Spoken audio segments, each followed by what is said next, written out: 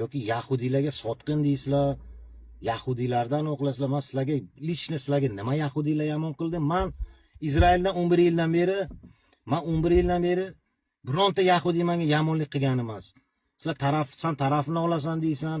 Men ko'zim bilan ko'rgan, yashab yarim umrim mana shu yerda o'tib ketdi. Bulardan yomonlik, bu davlatda yomonlik ko'rganim emas. Faqat yaxshi tomon ko'raman men. Yaxshi tomonlama. Ish beradi, boshqa beradi. Mana uyga borib kelamiz biz. Hamma taraflama. Agar davlatlarda urush bo'lsa, odam xavotir bo'lyapti. Endi mana tarafimizni ham to'g'ri tutishimiz kerak. Bir xillar aqqa borib, kimnikida ishlayapsiz, qanaqa pul topyapsiz, unga ham savollaringga javob beringlar. Qur'oni Karimda kim la'natlangan, qaysi xalq la'natlangan, yaxshilab o'qinglar, la'natlangan xalqdan uzoq turishimizni ham yozgan. Ana shularda ham ana qilinglar, inobatga olinglar. Bo'lmasam asha la'nat kelib qoladi bizga. Yaxshiga yaqin yursang omadi, yomonga yaqin yursang balosi yo'qadi deydi. Balosini yo'q qilmasin Alloh. Yuzini teskari qilsin, epishtinglarda nari qilsin. Iymon baquvvat bo'laversin. Mana shu masjidimizni qurib berganlardan Alloh rozi bo'lsin. Mahallamizda hali qing'irvoy bo'lib ketgan masjidimiz minorasi baland bo'lib qolgan. Alloh rozi bo'lsin quruvchilaridan, pul tikkanlardan. Ikki dunyosini obod qilsin. Ota-onalarini Alloh ziyoda qilsin.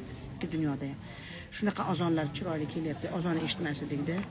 O'shaning uchun mana shu poshshoni to'g'rida bo'lyapti. Men Dumrabotda tararam kecha o'tirib Shahlo bilan Dilnozom o'tirib men bilan duo qilib qolishdi.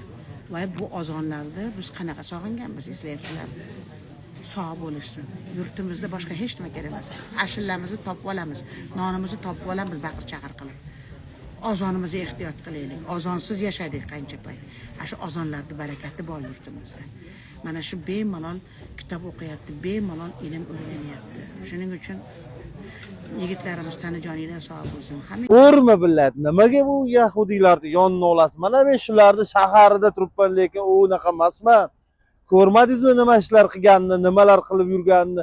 Qancha Falastinni ko'rmadingizmi? Kecha kuni 170 ta bolani shuni o'ldirib tashaganini ko'rmadingizmi Eronda? Nimaga siz unaqa billat tushunmaysizmi bu? Mana o'sha yevreyizga aytaman, o'sha gapirganingizga. Yaxshi menga 11 yildan beri yashamay eshitma qilmagan deyapsiz. 8 yil bitta odamda ishlab turib, kampirga qarab, bir ayol o'zim bilaman-da, taniyman. Shuni kampirga o'lgandan keyin kuniga $50 berasan, bo'lmasa onangni yo'qol deyapti. Yo'qol deyapti. Shu odamgarchilikmi?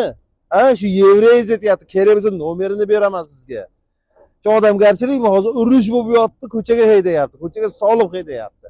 Beda menga skaska aytmang, skaska bolalarga odamlarning ongini zaharlamay, 20 mingta o'zbek qanday kelgan bo'lsa, shunday qaytib ketaveringlar O'zbekistonga. Patriotsizlar, patriot. Gapiradigan gapingizni qarang, brat, sal ozgina joylarda bunday to'g'rilab qo'ying. Yashaganingiz. Men bilan Rossiyada qancha yashagan bo'lsam, men bilaman o'shalarni qanaqaligini. Natsizmi, millatchimi, boshqami?